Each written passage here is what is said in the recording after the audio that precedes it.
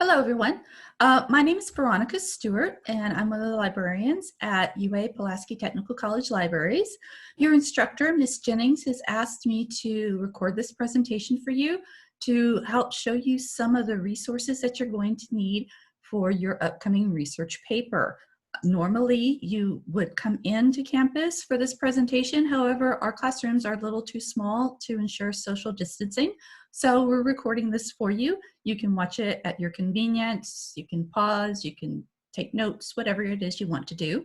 Now, our libraries are open. We have two, the Ottenheimer North Library on the main campus and the Ottenheimer South Library on the South campus. So you are welcome to come in and check out books, use computers, so forth. We are, social distancing all of our study spaces, all of our computer spaces. So we're trying to make it as safe as we can. Masks are required if you do happen to come by. If you'd rather not come by, you can give us a call. Our phone number is 501-812-2272, or you can send us an email at librarystaff@uaptc.edu. So we are trying to be as safe and accommodating as we possibly can be. I'm going to share my screen here so I can show you some documents that Ms. Jennings may have already sent to you, and also so I can demonstrate for you the databases that you may use to find resources for your upcoming research paper. So if you'll hold on just a second while I share my screen. And share, and there we go. Okay, let me get myself out of the way. All right, and move that down. Okay, so this is, of course, the Pulaski Tech webpage, and we will get back to that in just a second. The first thing I'm going to show you is our library brochure, which I've already mentioned some things on it to you. Our hours, I'm sorry, I'll get to our hours, our phone number and our locations. Our web address, the library's website, is right here, www.uaptc.edu/library. Everything I'm going to show you is going to be on that website. And our hours and our phone numbers and so forth are right here, Ottenheimer North, Ottenheimer South. Both libraries are open 7:30 a.m. to 6 p.m. Monday through Thursday, and 7:30 a.m. to 3 p.m. on Fridays. We do not have weekend hours. You can also send us an email, as I mentioned, or give us a call. Here are our phone numbers. 812-2272 is the North Library. 812-2878 is the South Library. Or you can give us send us an email at librarystaff@uaptc.edu. Now, of course, with the databases, you will be accessing databases from off-campus likely, and our off-campus access information is right here. When you access a database off campus, you will be prompted to log in, and you'll probably see that in this presentation because I'm currently off campus, so you will see me log in. And on that screen, you will see a username.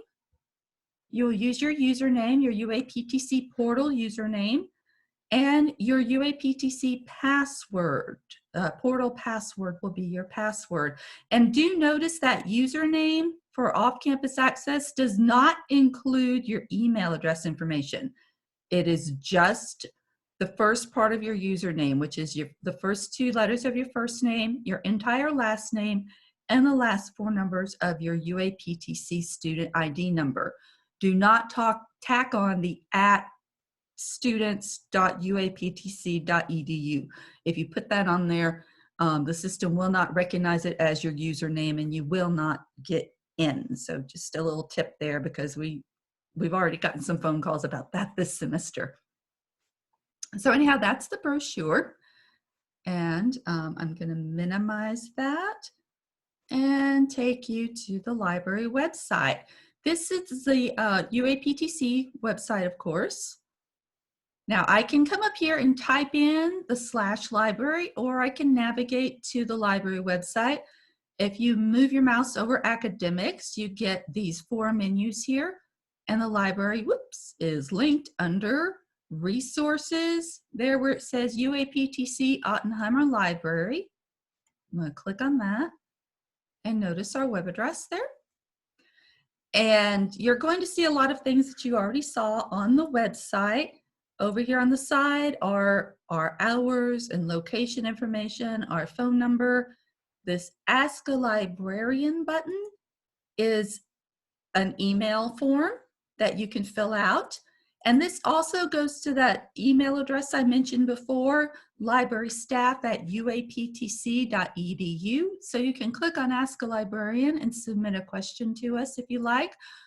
We can reply to you by email, phone, or we can also set up a video chat. If you would like to request a video chat with a librarian, you can do that. And down here in the question, you can give us a question, but you can also tell us when might be a good time to look forward to setting up a chat with you. So we do have those options for you.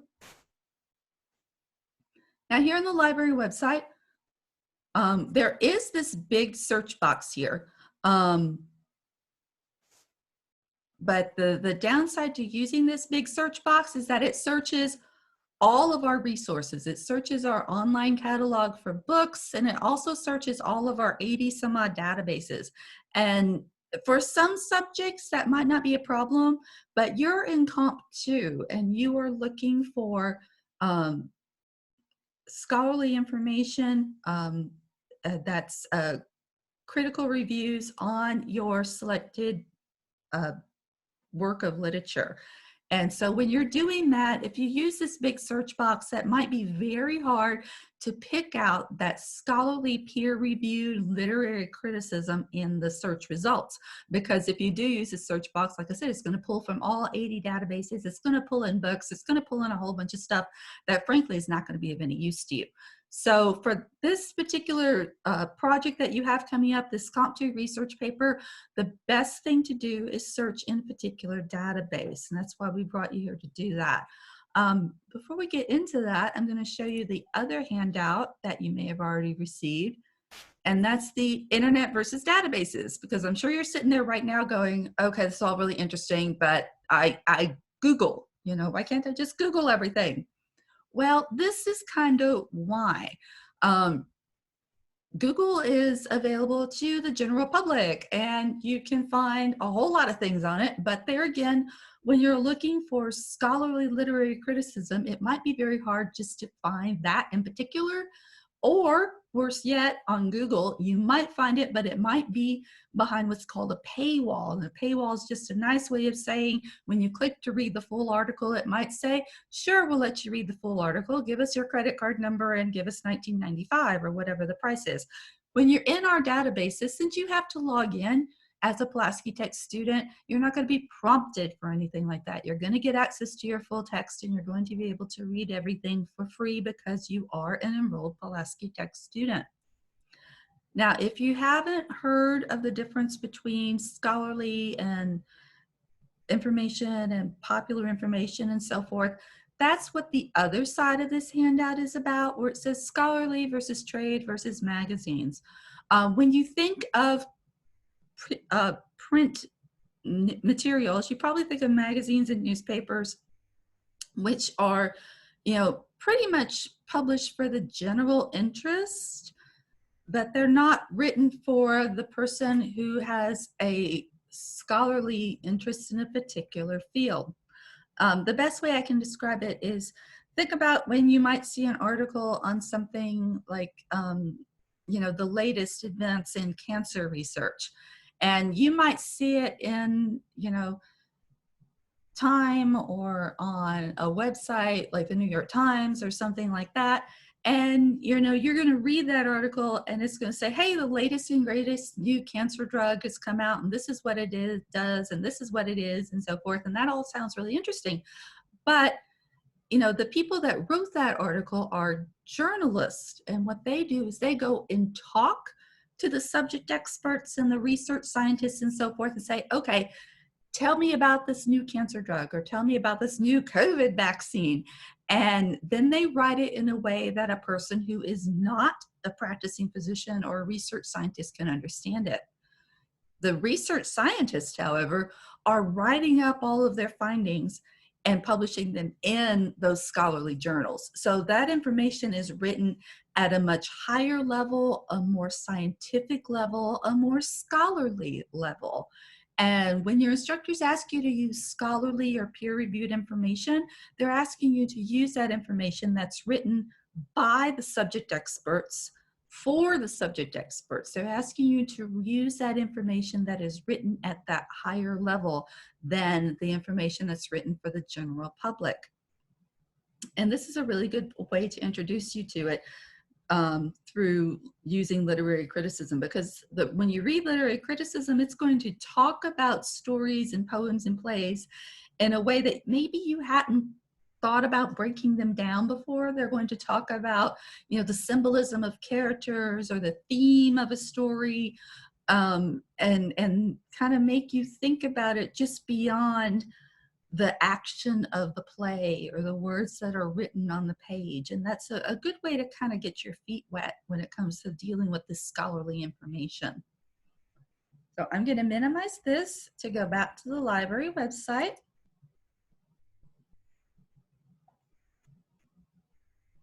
There we go.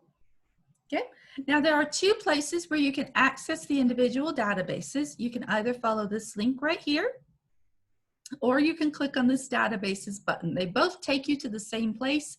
It's just a couple of different places that you can access them. I'm going to click on the databases button. This is an alphabetical list of our databases. Notice it says A to Z databases. And like I said before, we have 80-something databases, but you don't have to go through and try to pick out the ones that are going to give you the literary criticism articles. We have a shortcut for that. If you'll notice right here where it says all subjects, this is a subject menu. I'm going to click on it. And if you scroll down, one of the subjects listed is literature and composition. The number 4 in parentheses indicates that there are 4 different databases that focus on literature and composition. We're going to click on that. And then we're left with our list of 4. We're not going to go through all of these. I'm going to demonstrate 2 of them, but feel free to use the other 2. Just take some of the research search tips I'm going to show you, and you'll be able to use them in the other 2 as well. I'm just going to show you 2 so that this video doesn't get to be 2 hours long. We're going to start with what is probably the easiest database to use among the literature databases, and that is Literature Resource Center. So I'm going to click on the name of the database, Literature Resource Center. And at this point, I get that prompt that I mentioned to you before where it's UA-PTC Libraries. Notice it is, it has our logo on it, so you know it is us. And I'm going to type in my portal username. Notice I'm not putting the @ and the rest of the email address. It's because I don't need to. I don't have numbers at the end of my username, so that's why you're not seeing numbers on it. Now, being students, all of your usernames do have 4 numbers at the end. You would need to include those.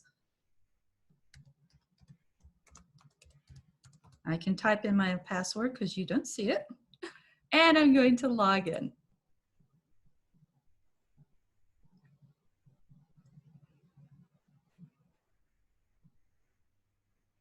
And here is Literature Resource Center. This is the basic search screen for Literature Resource Center.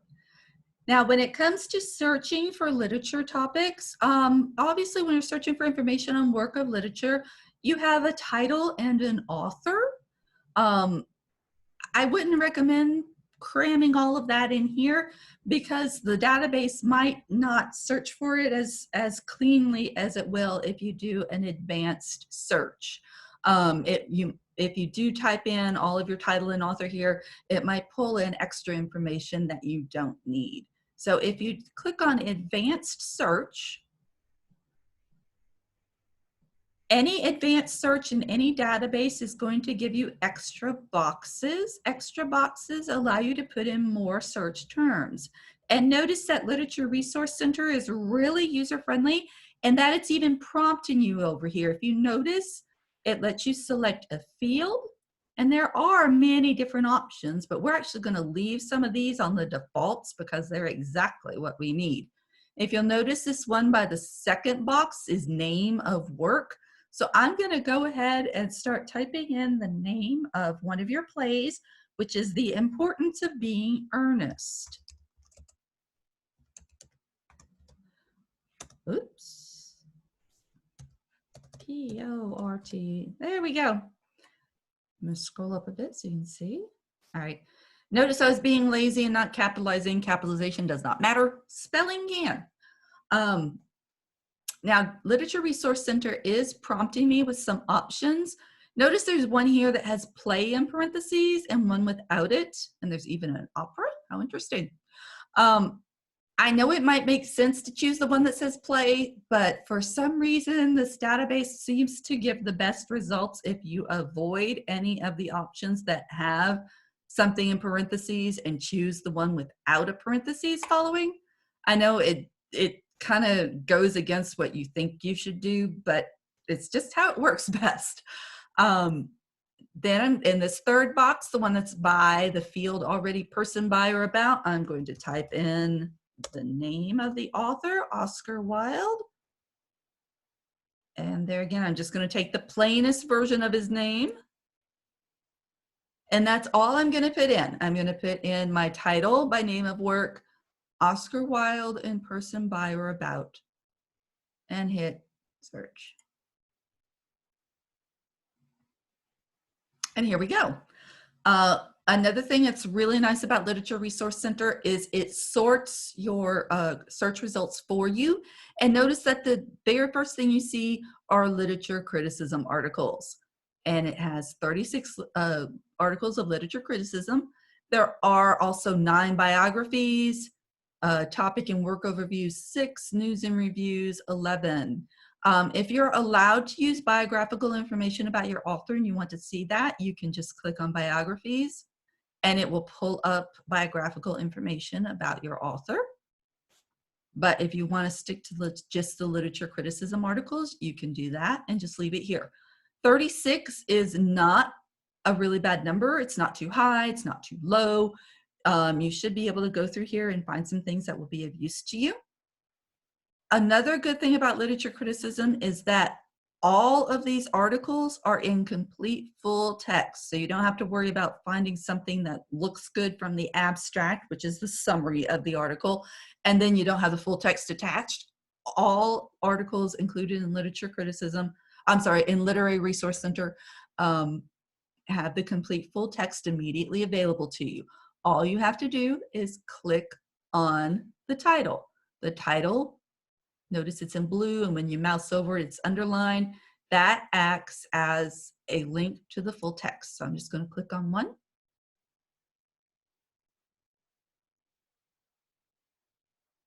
And here is my full text. Once again, here's my title. Here is where it was printed. And my full text begins here. Literature Resource Center puts what we searched in red sometimes, which is really nice. If I looked at this article and I decided I wanted a copy of it, my options for getting a copy are right here. I can print, and print's really nice in Literature Resource Center because it takes out all the navigation buttons and gives you a nice clean black and white copy. Cancel. I can download, so I can download it to a flash drive, or if you're on your own computer, you can download it to your computer. You can also email it to yourself. And this is a nice way to sort things out too. You can email it to yourself. Subject line, notice that subject line, The Importance of Being Earnest by Oscar Wilde. It will put what you searched in the subject line, and that may help you to find the information, sort the information in your email. You do not have to use your Pulaski Tech email address to do this, and it will send the full text to your email. There's also a citation down at the bottom. And notice the default is MLA 8th edition. Now you can copy and paste this into your works cited. However, I do advise you to double check this and make sure it is correct. Sometimes these automatically generated citations from databases aren't exactly right. So I advise you to go through this with a fine-tooth comb and make sure it is correct. You would also get the same options up here. There's a print, there's a download, there's a send to, that's your email button, and there's also the cite button, which gives you the same citation options. If I decided to go back to my results, here's my results screen, and it takes me back to my list of 36. So to recap, we came to Literature Resource Center. We chose the advanced search here in name of work. We started to type in the importance of being earnest. Ooh, there we go. We chose the one without anything in parentheses. And of course, our author's last name. And we made sure to type in by name of work and the author's name and by person, by, or about, and hit search to get our results. And like I said, everything here is in full text. You just have to click on the title of the article to see it. So that is Literature Resource Center. Like I said, it's one of the easier databases to use. The next one we're going to look at is Literature Online. Right here, short lion. Click on it. I shouldn't get the prompt to log in with my portal username and password because I didn't close out the browser. If I happen to have closed out the browser by clicking on the little X up here and then went back in and went back through the library homepage and came back to the database, I might have to log in again. Sometimes it depends on how much your browser remembers. So here is ProQuest Literature Online. You might have used a ProQuest database in the past. They all kind of look like this. They have the same sort of teal color to them. And I know that a lot of the speech classes, Comp 1 classes, use ProQuest, the big ProQuest, not specifically Literature Online. So you might be familiar with some of the search methods I'm going to show here. Now, Literature Online is a subset of the bigger ProQuest you might have used in speech, but this just has articles from literature publications. So you're not going to get extra information from like newspapers and so forth. It's just going to be from literature and literary publications. So like we did with Gale Literature Resource Center, we're going to go to the advanced search. So it'll give us more boxes. There we go. Notice it's giving us 2. So on this one, let's try the Crucible. And notice once again, Literature Online tries to help us out by giving us some prompts. Be careful before you just immediately leap on one of these. Make sure it is what you're looking for. Make sure it's also spelled the way you want to spell it. I'm going to go ahead and select one here. And here in the second box, I'm going to put the author's name, Author Miller. There we go. And notice this little word and. It was in the previous database as well, but I just want to let you know what this does. What and does is it tells the database to look for everything you have in the first box and anything you have in the second box in the article. So it's not just going to be looking for the Crucible anywhere in the article or anything on Author Miller. It's going to be looking for the Crucible and Author Miller all in the same article. So down here, we have full text checked, which helps us because that way we have all, we have the complete full text of every article available. We can also go ahead and check peer reviewed if we want to, but I'm going to leave that unchecked just so you can see what happens when we check it later. But if you were doing your own and you knew you had to use scholarly or peer reviewed sources, you could go ahead and check that, and that would tell the database to get rid of anything that was not from a scholarly source. But I'm going to leave it unchecked for now. And hit search. It's thinking. There we go. So we have a lot of articles. And the way you can tell is over here at the side, it says 800 results. Well, obviously that's more than we want to deal with. If we look down under results, limit to, full text, peer reviewed. Well, let's just try checking peer reviewed and see if we get rid of some of those results. And it got rid of about half of them, 464. That's not bad. Now, like I said, you can check peer reviewed if you need to. If you're required to from your instructor, or you can not, depending on what your guidelines are for the assignment. Now I'm going to uncheck it for a second just so I can discuss something else here. If you notice under the limit to options, there's an option called content type. And there's criticism, which when we have 800 total results, 272 are criticism. There's also some others, primary text, author pages, reference works, and so forth. If I wanted to, I could just click on criticism and just see those, but I think a better thing to do is check peer reviewed, since that's probably what I'm going to need to do anyway.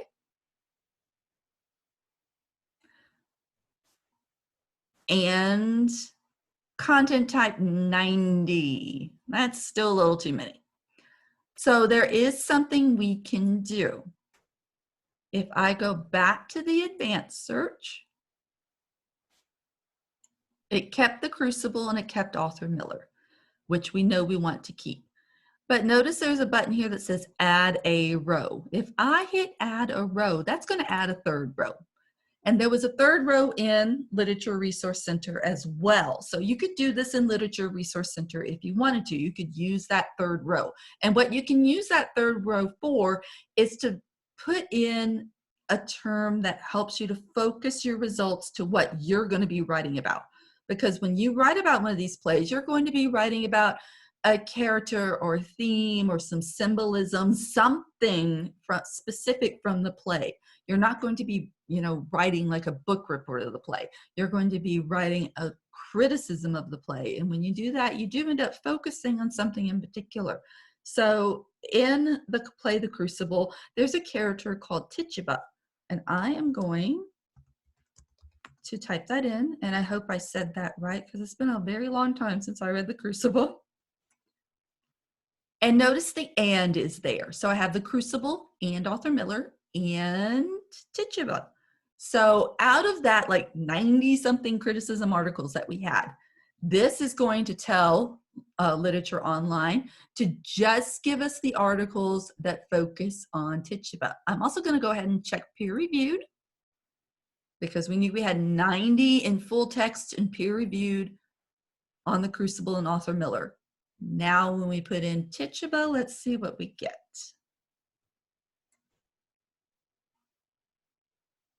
8.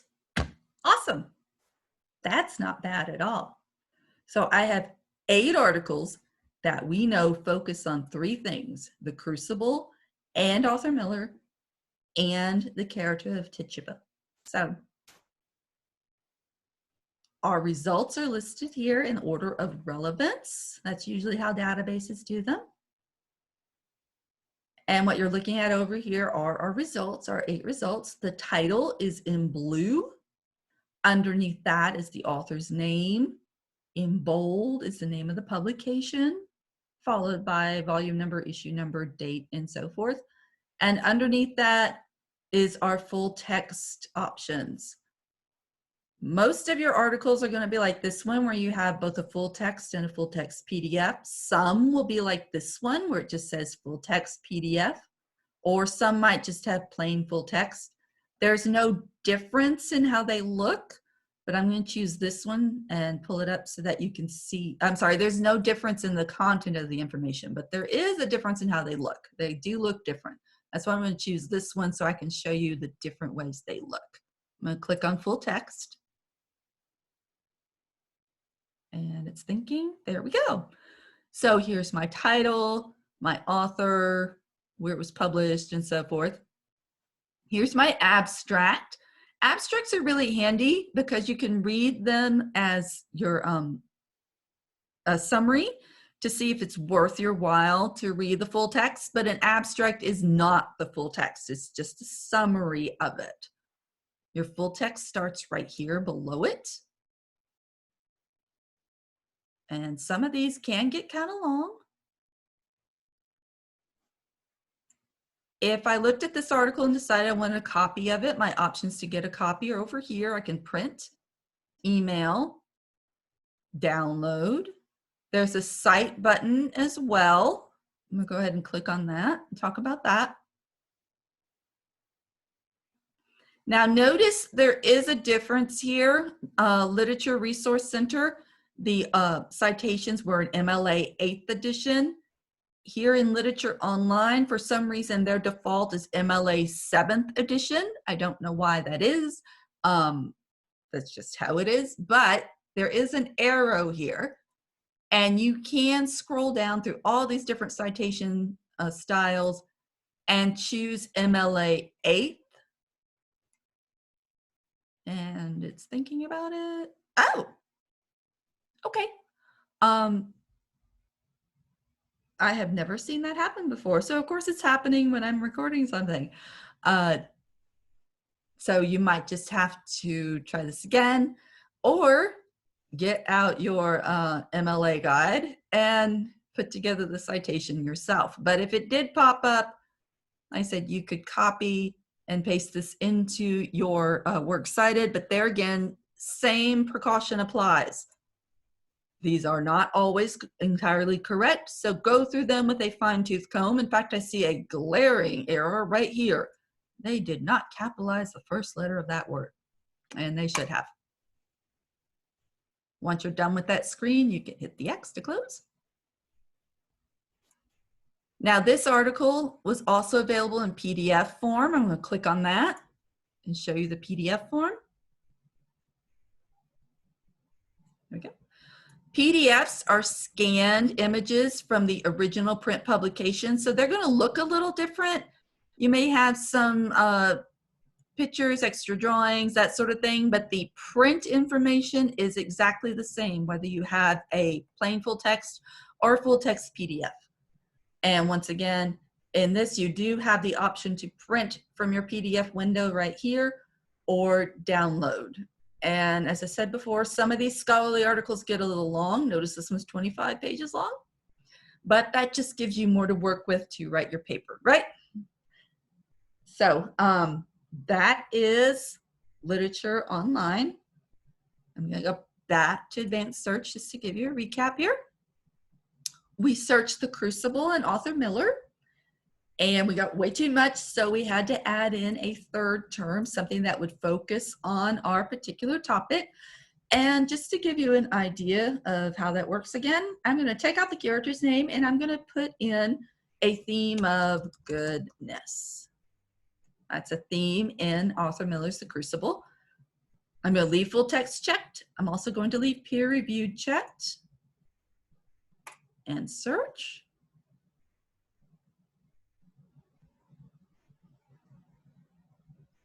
And in this example, we got 18 criticism articles. So not too bad.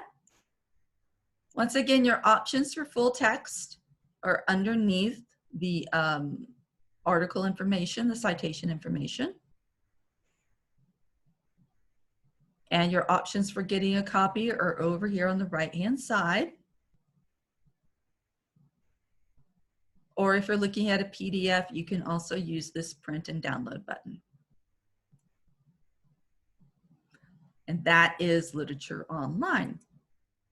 So as I said before, we do have two other literature databases, JSTOR and OneLiterature. You can absolutely use one of those as well, and you can use the same search skills that I just showed you. You can go to the advanced search, type your title in one box, your author in a second box.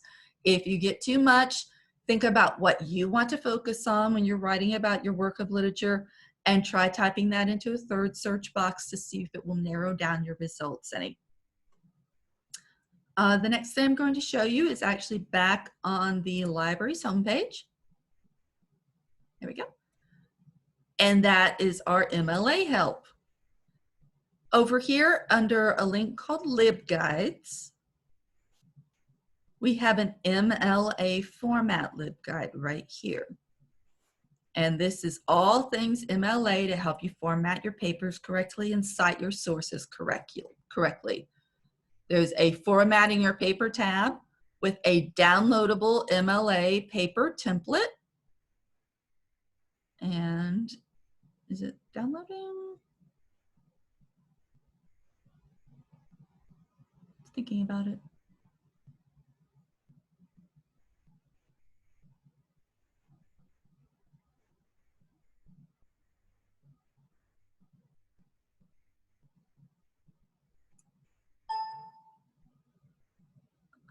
Okay. Should have pulled this up already.